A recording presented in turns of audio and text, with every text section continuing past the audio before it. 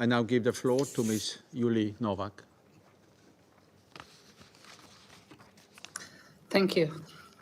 Members of the Security Council, it is an honor to address the Security Council today, and I thank the Slovenian presidency for the invitation to talk to you about the state of human rights in Israel-Palestine.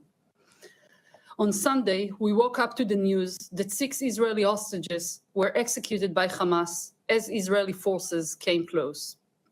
Another 6, added to the tens of thousands of people in this land who should not have died over the past year. During this week, hundreds of thousands of Israelis have taken to the streets. They feel angry, desperate, and betrayed by their government. They have understood that the Israeli government does not want to return the hostages in a deal, but to continue the war indefinitely. To understand the Israeli government's criminal conduct over the last 11 months, you have to understand the overall goal of this regime. Since Israel was founded, its guiding logic has been to promote Jewish supremacy over the entire territory under its control. The current government's guidelines state that, quote, the Jewish people have an exclusive and unquestionable right to all parts of the land of Israel. In the criminal Hamas-led attack on October 7th, 1,200 Israelis were killed and 250 taken hostages. Since that day, I and every Israeli I know have been living in deep fear. Our government is cynically exploiting our collective trauma to violently advance its project of cementing Israel control over the entire land. To do that, it is waging war on the entire Palestinian people, committing war crimes almost daily.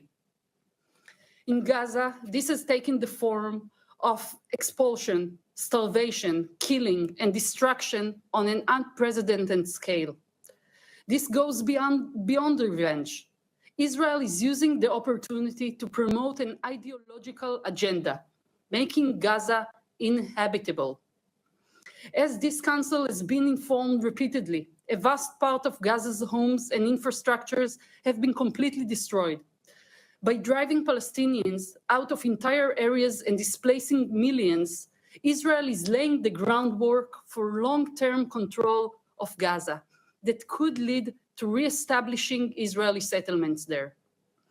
In the West Bank, including East Jerusalem, the government is exploiting the circumstances to create irreversible changes. Since October, Israeli forces have killed 640 Palestinians there, including at least 140 minors. Settlers are attacking Palestinians and carrying out pogroms in broad daylight with support from the government. They have so far managed to drive 19 Palestinian community out of their homes. And recently, the military launched a huge operation to damage infrastructures that serves hundreds of thousands of people in the northern West Bank. The international community did not stop Israel's criminal policy of massive harm to civilians in Gaza. Now, this cruel policy is spilling over into the West Bank. The war on Palestinians is also happening inside prisons. Since October, Israel has arrested thousands of Palestinians and held them in inhumane conditions. Last month, we at Bצלם published a report called Welcome to Hell. It shows a shocking pattern of abuse that amounts to torture. The government of Israel has used the war to turn Israeli prisons into a network of torture camps for Palestinians.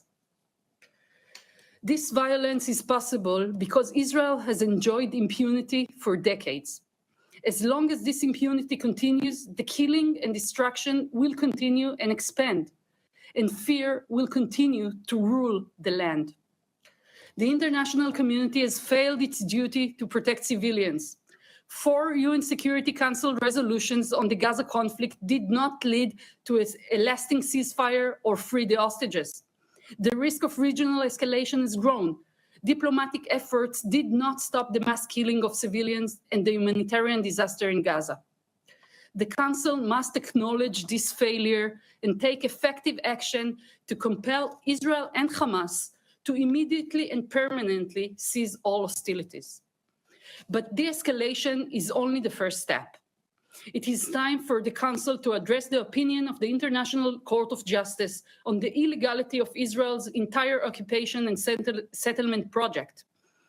Every day that this Council does not act on the court's call to end the occupation and apartheid is another day you are abandoning us, the people of this land, who are suffering and dying in tens of thousands needlessly under a cruel and unjust apartheid regime. Thank you.